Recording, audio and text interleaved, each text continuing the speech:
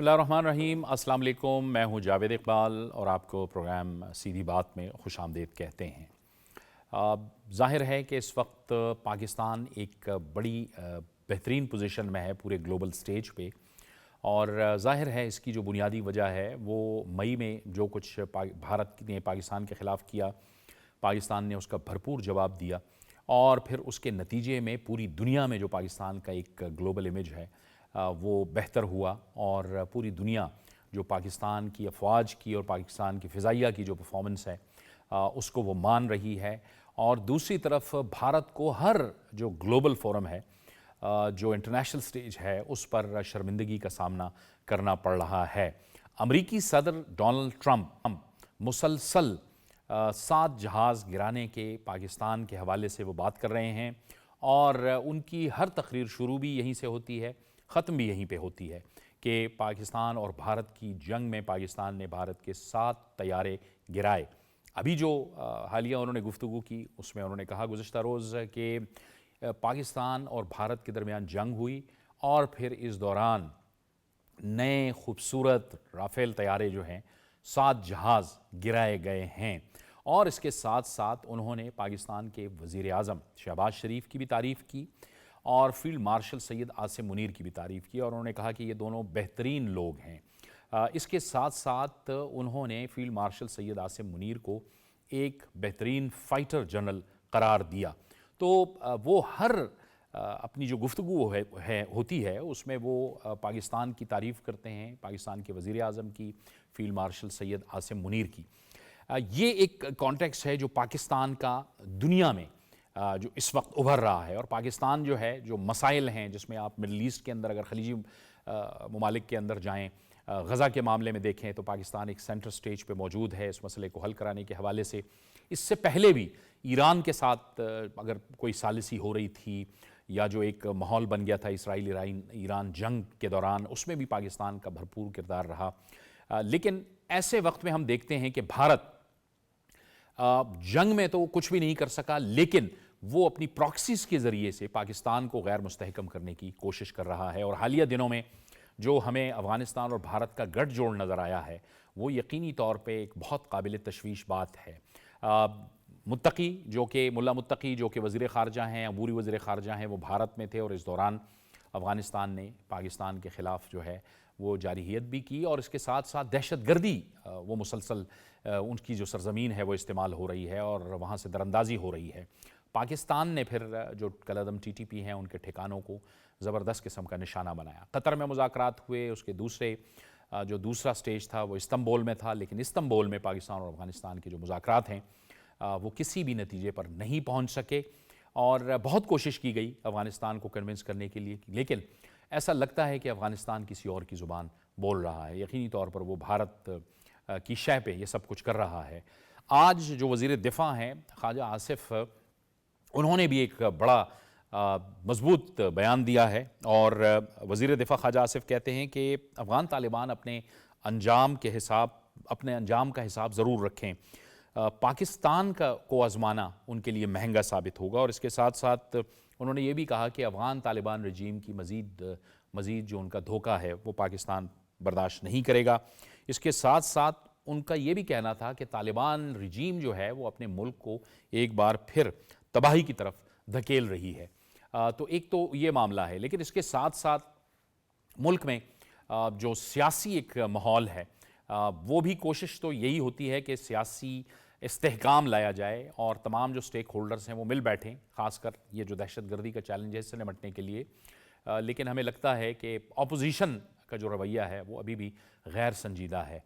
تحریک انصاف کی حکومت ہے خیبر پختونخوا کے اندر، وہاں وزیر اعلیٰ تبدیل ہوئے ہیں، 14 روز آج گزر گئے ہیں لیکن کابینہ نہیں بن سکی ہے، تو ایسا لگتا ہے کہ وہاں پہ ایک آئینی بحران یا پیدا ہو چکا ہے۔ یہ تمام وہ معاملات ہیں جس پر آج ہم اپنے پروگرام میں بات کریں گے۔ اسٹوڈیوز میں جو مہمان ہمیں جوائن کر رہے ہیں دفاعی تجزیہ کار جناب ایئر وائس مارشل ریٹائرڈ اعجاز محمود۔ اعجاز صاحب آپ کو بہت خوش آمدید کہتے ہیں۔ ویڈیو لنک پر ہمیں جوائن کر رہے ہیں مسلم لیگ نون سے پاکستان مسلم لیگ نون کے رہنما ڈاکٹر غوث محمد خان نیازی۔ ڈاکٹر صاحب آپ کا بھی بہت شکریہ، اور پاکستان پیپلز پارٹی سے ہمیں جوائن کر رہے ہیں اخونزادہ چٹان صاحب، آپ کا بھی بہت شکریہ، آپ نے ہمیں جوائن کیا۔ گفتگو کا آغاز ہم کریں گے غوث محمد خان نیازی صاحب آپ سے. ظاہر ہے اس وقت 2 ہفتے تو ہو چکے ہیں خیبر پختونخوا کے اندر وزیر اعلیٰ نہیں ہیں.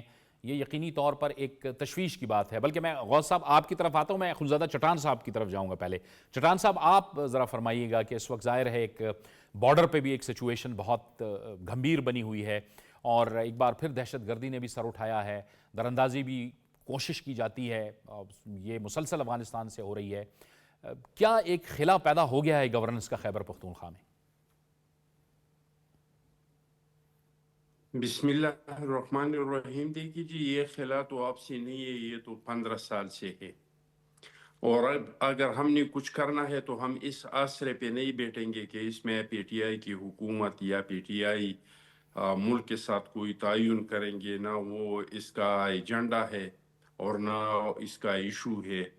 اور اگر حقیقت میں پی ٹی آئی چاہتے تھے کہ پختونخوا کے مسائل کو حل کرے تو پھر میں نہیں سمجھتا ہوں کہ جس طرح کی چیف منسٹرز لگائے ہیں عمران خان صاحب نے پنجاب میں جس طرح کا لگایا تھا، اور پختونخوا میں محمود خان یا گنڈا صاحب یا ابھی تفریدی صاحب کو بنایا ہے. لیکن حقیقت یہ ہے کہ جب یہ حکومت بنا ہے ہمیں چند سیکٹر پہ تو بہت کامیابی حاصل ہوئی ہے.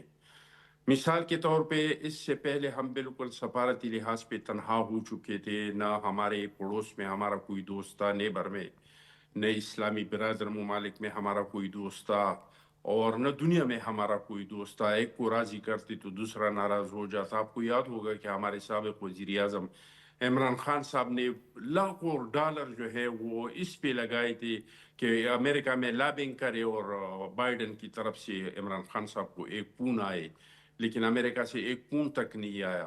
اب آپ حالات دیکھ لیں کہ ہر روز ہمارے فیلڈ مارشل کا، ہمارے وزیر اعظم صاحب کا تعریفیں ہو رہی ہیں، اور نہ صرف امریکہ بلکہ پوری دنیا میں. تو ہمیں سفارتی لحاظ پہ بہت کامیابی حاصل ہوئی ہے. دوسرا یہ کہ ہمارا معیشت اگر ٹیک اپ نہیں کیا ہے تو استحکام اس میں ضرور آیا ہے. لیکن میں سمجھتا ہوں کہ اس سے زیادہ جو ہمارے 2 مسائل ہیں اس پہ ہمیں توجہ دینا چاہیے. ایک ہے ہمارا دہشت گردی کا مسئلہ، دوسرا ہمارا اس ملک میں ہے سیاسی عدم استحکام. اس میں ہم مکمل طور پہ ناکام ہو چکے ہیں، اور ہمیں چاہیے پی ٹی آئی کو ایک سائڈ پہ رکھ کے وزیر اعظم صاحب کو چاہیے کہ ان 2 سیکٹر پہ کام کریں.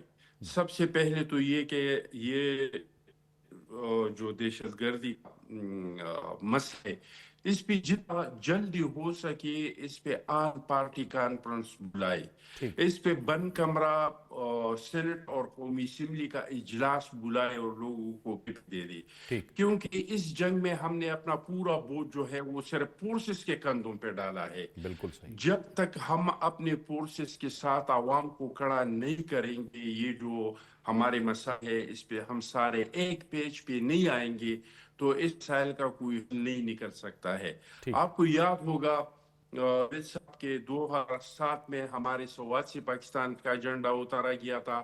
ٹرائبل ایریا پہ ریٹ آف دی گورنمنٹ ختم ہو چکا تھا، بلوچستان میں ترانہ بجانا بند ہو چکا تھا. ٹھیک لیکن جب ملک میں سیاسی استحکام تھا اور حکومت نے سب لوگوں کو اعتماد میں لیا اور عوام کو اپنے فوج کے ساتھ کھڑا کر دیا اس جنگ میں، تو آپ نے دیکھ لیا کہ سوات پیپان کا ایجنڈا لگ گیا، ٹرائبل ایریا پہ بھی ریٹ آف دی گورنمنٹ قائم ہوا، بلوچستان میں بھی طرح بجانا شروع ہوا. اور ان دنوں میں تو حالات بہت زیادہ خراب تھی.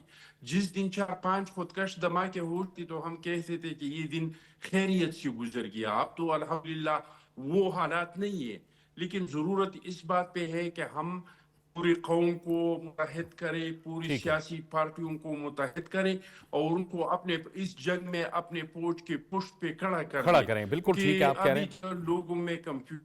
ٹھیک ہے بالکل. اخوذ چٹان صاحب ذرا قانونی پوزیشن بھی ہم معلوم کر لیتے ہیں کہ یہ 2 ہفتے ہو گئے ہیں اور کابینہ نہیں بنی، تو اس کے لیے ہمیں ماہر قانون حافظ احسان احمد کھوکر ایڈوکیٹ صاحب جوائن کر لیں ٹیلی فون لائن پہ. حافظ صاحب بہت شکریہ. حافظ صاحب ذرا بتائیے پوزیشن کہ یہ 2 ہفتے ہو گئے ہیں، وزیر اعلیٰ ابھی تک اپنی کابینہ اناؤنس نہیں کر سکے، ان کے جو فیصلے ہیں، ان کے جو اقدامات ہیں، ان کو کیا قانونی یا آئینی تحفظ حاصل ہوگا، اور کیا یہ تاثر درست ہے کہ صوبے کے اندر ہم ایک آئینی بحران یا آئینی خلا کی طرف بڑھ چکے ہیں؟ بسم اللہ الرحمن الرحیم۔ جاوید آپ کا شکریہ۔ جہاں بھی ڈیموکریسی ہوتی ہے، یہ پارلیمنٹری فارم آف گورنمنٹ ہوتا ہے، جس طرح پاکستان کے اندر بھی اس وقت ہے کہ آپ کی پارلیمنٹ بھی ہے، آپ کی اسمبلیز بھی ہیں، آپ کا پرائم منسٹر بھی ہے، آپ کا چیف منسٹر بھی ہے، تو اس کو ہمارے کانسٹیٹیوشن کا آرٹیکل 91 جو ہے وہ پاکستان کی جو فیڈرل گورنمنٹ ہے اس کو ڈیل کرتا ہے، اور وہ یہ کہتا ہے کہ فیڈرل گورنمنٹ کا مطلب ہوتا ہے پرائم منسٹر اور اس کی کیبنٹ، اور پرائم منسٹر اور کیبنٹ اگر کوئی کام مل کے کرتے ہیں تو وہ اس کے اندر ایگزیکٹو ایکشن جو ہے وہ کر سکتے ہیں اور پریزیڈنٹ آف پاکستان کو ایڈوائز کر سکتے ہیں، اور اگر کیبنٹ نہیں ہے تو پرائم منسٹر جو ہے وہ سنگل کوئی بھی اپنی ایگزیکٹو اتھارٹی جو ہے اس کو انووک چلا نہیں سکتا۔ اسی طرح پروونسز کے اندر جو ہے وہ آرٹیکل 105، آرٹیکل 129 اور آرٹیکل 130 ہے، جس کے اندر بڑا کلیئرلی لکھا گیا ہے کہ جو بھی کام ہوگا یعنی کہ گورنر کرے گا آن دی نیم آف دی پروونسز کے طور پہ آئے گا، اس کے لیے کیبنٹ اس کو ایڈوائز کرے گی اور اس کا ہیڈ جو ہے وہ چیف منسٹر آئے گا۔ اب آرٹیکل 130 میں کلیئرلی لکھا ہوا ہے کہ there shall be a cabinet, یعنی کہ کیبنٹ ہوگی تو چیف منسٹر جو ہے وہ اپنا کام کرے گا، اور آرٹیکل 130(5) کے اندر یہ ہے کہ جو کیبنٹ ہے وہ کلیکٹیولی رسپانسبل ہے آپ کی اسمبلی کے اندر جی، تو لہذا جب تک کلیکٹیو رسپانسبلٹی کا کانسیپٹ نہیں آئے گا اتنی دیر تک چیف منسٹر جو ہے وہ اپنے فنکشنز جو ہے وہ پرفارم نہیں کر سکتا، اور یہی وہ وجہ ہے کہ جس سے اس وقت 8 تاریخ کو جو ہے وہ پچھلے چیف منسٹر نے ریزائن کیا، اس کے بعد 13 تاریخ کو جو ہے وہ نیا الیکشن ہوا، 15 کو جو ہے وہ اوتھ کیا گیا، اب 15 سے لے کے آج تک جو ہے وہ اس وقت یعنی کہ 29 تاریخ تک جو ہے وہ کیبنٹ جو ہے وہ بنی نہیں ہے، اور اس سے ہوا یہ ہے کہ کانسٹیٹیوشنل ویکیوم ہے اور ایک کانسٹیٹیوشنل کمانڈ کی وائلیشن چیف منسٹر آفس سے کی جا رہی ہے کہ جس کے اندر یہ ہے کہ کوئی بھی کام چیف منسٹر جو ہے وہ کیبنٹ کانسٹیٹیوشن کے بغیر نہیں کر سکتا، یعنی کہ کوئی پالیسی ڈیسیژن نہیں لے سکتا، گورنر کو ایڈوائز نہیں کر سکتا، اسمبلی کا اجلاس نہیں بلا سکتا، اس کے بعد جو ہے جو ویلفیئر کے اس نے انیشیٹوز لینے وہ نہیں کر سکتا، اور مور امپورٹنٹلی جو ہے کہ جب لا کے اندر کلیئرلی لکھا ہوا ہے کہ چیف منسٹر جو ہے وہ ایگزیکٹو فنکشن جو ہے وہ سنگل ہینڈڈلی نہیں کر سکتا جتنی دیر تک اس کی کیبنٹ جو ہے وہ کانسٹیٹیوٹ نہ آئے، یعنی وہ جو اختیارات استعمال کر رہے ہیں وزیر اعلیٰ، یہ گویا آئین سے انحراف ہم اس کو کہیں گے؟ جاوید ایک تو یہ ہے کہ نہ صرف یہ آئین سے ڈیویشن کی گئی ہے بلکہ آئین سے ڈیفائنس بھی ہے اور آئین کی وائلیشنز بھی ہے، اور اس کے اوپر پاکستان کی سپریم کورٹ کی 3 ججمنٹس جو ہیں وہ آ چکی ہیں۔ ایک مصطفیٰ امپیکس کی ججمنٹ آئی ہے 2016 کے اندر، کلیئرلی انہوں نے کہا ہے کہ گورنمنٹ کا مطلب سیکرٹری یا چیف پرائم منسٹر نہیں ہے بلکہ گورنمنٹ کا مطلب یہ ہے کیبنٹ اور پرائم منسٹر، اور یہی پرنسپل جو ہے وہ اپلائی کرتا ہے۔ اس کے بعد دوسرا جو امپورٹنٹ ہے وہ محترمہ بے نظیر بھٹو کا ایک کیس ہے، اس کے اندر بھی سپریم کورٹ نے ہولڈ کیا ہے، اور تیسرا میرا خیال ہے کہ جو ایکسکیوز اس وقت چیف منسٹر نے لیا ہوا ہے کہ میں اپنے پولیٹیکل باس کے ساتھ کنسلٹیشن کر کے کہوں گا، جب پاکستان کی سپریم کورٹ کی 2018 کی ایک ججمنٹ آئی ہوئی ہے میاں نواز شریف کے کیس کے اندر کہ اگر کوئی پارٹی ہیڈ جو ہے وہ آرٹیکل 62(1)(f) کے نیچے ڈسکوالیفائی کر دیا جاتا ہے، جس طرح اس کیس کے اندر الیکشن کمیشن آف پاکستان نے کیا ہوا ہے، تو وہ نہ وہ پارٹی کا ہیڈ رہ سکتا ہے، نہ وہ کسی پولیٹیکل کنسلٹیشن پروسیس کے اندر جو ہے وہ انوالو کیا جا سکتا ہے۔ تو اب چیف منسٹر کا یہ کہنا کہ میں جیل میں جا کے ان سے بات کر کے کیبنٹ بناؤں گا، تو میں یہ سمجھتا ہوں یہ کانسٹیٹیوشن کی بھی وائلیشن ہے، اور نہ ہی فارمر پرائم منسٹر کو اختیار ہے کہ اس کنسلٹیشن کے اندر اپنے آپ کو انوالو کریں جب پاکستان کا law of the land constitution یا سپریم کورٹ اس چیز کی معنی کرتی ہے۔ اب اس کے اندر میرے خیال ہے 2 چیزیں بڑی اب امپورٹنٹ ہے۔ اب یہ ہے کہ اگر کانسٹیٹیوشن کنسسٹنٹ جو ہے وہ ڈیفائنس کی جا رہی ہے یا کانسٹیٹیوشن کمانڈ کو وائلیشن کیا جا رہا ہے جس سے پورا پروونس جو ہے وہ سفر ہے، ایک تو یہ ہے کہ گورنر کو ریمائنڈ کرنا چاہیے کہ وہ چیف منسٹر کو کہے کہ جی آپ اپنی منیمم کیبنٹ بنائیں، اور تاکہ آپ کا جو نظام مملکت اس صوبے کا ہے وہ چلتا رہے، اور دوسرا بھی یہ ہے کہ ہماری ہائی کورٹس کو انٹروین کرنا چاہیے، یعنی کہ جو اسمبلی کے ممبرز ہیں یا پبلک انٹرسٹ کے اندر جو ہے وہ ریٹ جورسڈکشن میں جانا چاہیے اور چیف منسٹر کو کہنا چاہیے۔ اس میں کوئی رائے نہیں ہے کہ آپ کا لمٹ تو نہیں ہے اس کے اندر کہ کیبنٹ اتنی عرصے میں بننی چاہیے، بٹ سب سے امپورٹنٹ ہوتا یہ ہے کہ جو ہی آپ چیف منسٹر یا پرائم منسٹر بنتے ہیں ود ان آورس کے اندر جو ہے وہ آپ اپنی منیمم کیبنٹ بناتے ہیں اور اس کے بعد آپ اس کو جو ہے وہ زیادہ کر لیتے ہیں، تو اس کے اندر تو ریزنیبل ٹائم بھی گزر گیا ہے۔ اور آپ کو یاد ہوگا کہ جب گورنر کا ایشو آیا تھا ریزائن کا تو گورنر نے ایکسیپٹ نہیں کیا تھا، تو اس وقت بھی کہا گیا تھا کہ جی ریزنیبل ٹائم کے اندر گورنر کو کرنا چاہیے. تو ریزنیبل ٹائم جو ہے اس کا مطلب یہ ہے کہ آپ کا ایک دن یا دوسرا دن ہے, اس سے زیادہ جو ہے کیبنٹ جو ہے اس کے بغیر چیف منسٹر جو ہے پرفارم کر نہیں رہا, اور نہ ہی وہ فنکشن, اور یہ کانسٹیٹیوشنل ڈیویشن کی طرف ہے. اور میرا خیال ہے کہ چیف منسٹر صاحب کو اپنی کانسٹیٹیوشنل رسپانسبلٹی جو ہے اس کو ریئلائز کرنا چاہیے. بالکل ٹھیک ہے, بالکل ٹھیک ہے. بہت بہت شکریہ, بہت بہت شکریہ حافظ احسان احمد کھوکھر ایڈوکیٹ صاحب. گفتگو کو ہم آگے بڑھاتے ہیں. ایئر وائس مارشل صاحب, اب یہ ایک ایسی صورتحال میں کہ جب ظاہر ہے اسٹیبلٹی, پولیٹیکل اسٹیبلٹی تو بڑی ضروری ہوتی ہے, لیکن اس وقت جو ہم دیکھ رہے ہیں کہ افغانستان کے ساتھ جو ہمارا بارڈر ہے اس پہ ایک چیلنجز موجود ہیں. افغانستان بات مان نہیں رہا اور بار بار وہ ایک ہٹ درمی کا مظاہرہ کر رہا ہے. اب استنبول کے اندر ہم نے بہت کنونس کرنے کی کوشش کی لیکن وہ بات مان نہیں رہے. یہ بھارتی شے ان کو ملی ہوئی ہے. جی, بڑی بدقسمتی کی بات ہے کہ پاکستان نے, میرا خیال ہے, بہت زیادہ فلیکسیبلٹی کا مظاہرہ کیا, اور یہ اس چیز کی غمازی کرتا ہے کہ ہم ایک ذمہ دار ریاست کے طور پہ ہم تمام ہمسایوں کے ساتھ پرامن طریقے سے رہنا چاہتے ہیں, اور بالخصوص افغانستان جن کے ساتھ ہماری بہت زیادہ جو ہے افینٹی ہے, مذہب کی بنیاد پہ, ایتھنیسٹی کی بنیاد پہ, ہم نے کبھی ان کو ڈس اون نہیں کیا.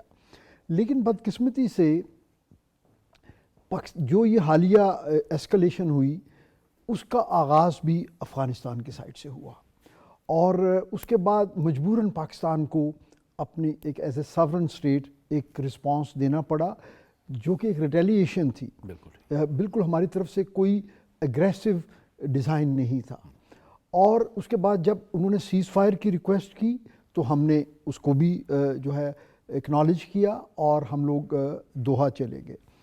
اب جب دوحہ مذاکرات ہو رہے تھے تو اس میں انہوں نے پھر کچھ ریزرویشن شو کی, پاکستان نے اس کو بھی اکاموڈیٹ کر لیا, اور ہم لوگ اور انٹرنیشنل مبصرین بھی جو ہیں جاوید صاحب, وہ یہ سمجھ رہے تھے کہ یہ جو اگلا راؤنڈ ہوگا اس میں اس سیز فائر کو تبدیل کرنے کے لیے کہ یہ ایک لاسٹنگ, انڈیورنگ, سسٹینیبل پیس ایگریمنٹ ہو جائے, وہ اس کی طرف جائے گا. لیکن جو استنبول میں ہوا وہ آپ کے سامنے ہی ہے کہ اس میں 12 جو ہے 4 سیشن ہوئے ہیں, اس میں پاکستانی سائیڈ کے تو 2 یا 3 بیسک مطالبات ہیں, اور وہ ایسے مطالبات ہیں جس کو جس طرح میڈیا میں, انٹرنیشنل میڈیا میں رپورٹ ہو رہا ہے, اس کو ایون بظاہر افغانستانی سائیڈ نے بھی اس کو لیجٹیمیٹ کہا, اور ہمارے برادر اسلامی ممالک ترکیہ اور قطر نے اس کو انڈوس کیا, جو کہ اس پوری نیگوسیشن کا جو پروسیس ہے اس کے وہ ہیں فیسیلیٹیٹر ہیں. اور لیکن وہ چیز کیوں سیبوٹاج ہوئی؟ وہ اس لیے کہ quite in like diplomatic norms. دیکھیں ڈپلومیٹک نارمز یہ ہیں کہ جب اتنے بڑے لیول پہ مذاکرات ہوتے ہیں تو وہ جو بھی وفود جاتے ہیں دونوں سائڈ سے وہ فلی امپاورڈ ہوتے ہیں, بااختیار ہوتے ہیں, اسی لیے ان کو بھیجا جاتا ہے نا. دیکھیے معمولی 2 خاندانوں میں اگر جھگڑا ہوتا ہے تو دونوں طرف سے جو لوگ جاتے ہیں وہ اس یقین کے ساتھ جاتے ہیں کہ ان کا کہنا جو ہے وہ حتمی ہوگا, تو وہاں کچھ گیو اینڈ ٹیک کے اوپر بات ہو جاتی ہے. چلے اگر انہوں نے ایک آدھ بار کنسلٹ بھی کرنا ہے اپنی حکومت سے تو وہ بھی کر لیں, لیکن ایسا نہیں کہ ہر دور میں وہ جو ہے نا بظاہر جب ہم کسی حل کی طرف پہنچنے لگتے ہیں تو وہ دوبارہ ایک یو ٹرن آتا ہے اور وہ چیزیں.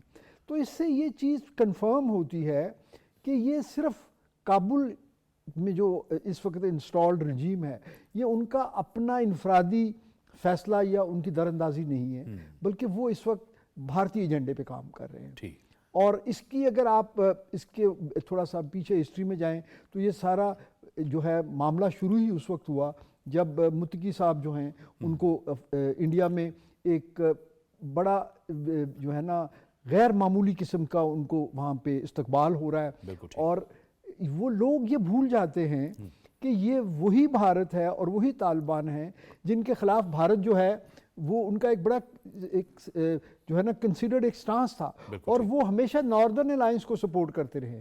لیکن آج چونکہ ان کو موجودہ طالبان کی صورت میں ان کو ایک وائبل پراکسیز مل رہی ہیں تو انہوں نے وہ تاریخ کو بھی بھلا دیا ہے۔ بالکل ٹھیک ہے۔ ہمیں ایک بریک کی طرف جانا ہے، اور بریک سے جب واپس آئیں گے تو ڈاکٹر غوث محمد خان نیازی صاحب کی طرف ہم جائیں گے، اور ان سے پھر ہم یہ سب ضرور سوال پوچھیں گے کہ اس وقت جو صوبے میں ایک صورتحال ہے خیبر پختونخوا کے اندر، دہشت گردی اور افغانستان کے ساتھ ایک کرائسس ہے، اس میں یہ جو ایک خلا پیدا ہوا ہے اس کا کیا مطلب ہے اور اس پہ حکومت کیا سوچ رہی ہے۔ ایک بریک کے بعد۔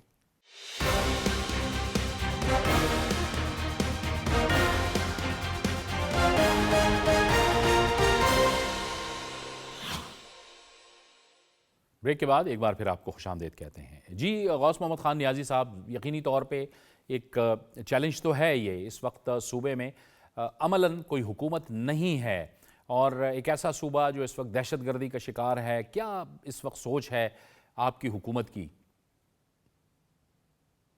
جی، ہم تو چاہتے ہیں کہ جمہوری نظام چلتا رہے، اور آپ نے دیکھا ہوگا کہ علی میر گنڈا بورڈ جب وزیر اعلیٰ تھے، انہوں نے کسی موقع پہ رکاوٹ نہیں ڈالی، اس سسٹم کو چلنے دیا، پھر انہوں نے اس کو نکال دیا، پھر بھی ہم خاموش تھے کیونکہ پارٹی کا اندرونی معاملہ تھا۔ پھر نیا وزیر اعلیٰ جب بنے تو اس کو بھی ہم نے ویلکم کیا، اور وزیر اعظم صاحب نے ان کو ٹیلی فون کیا، مبارکباد دی۔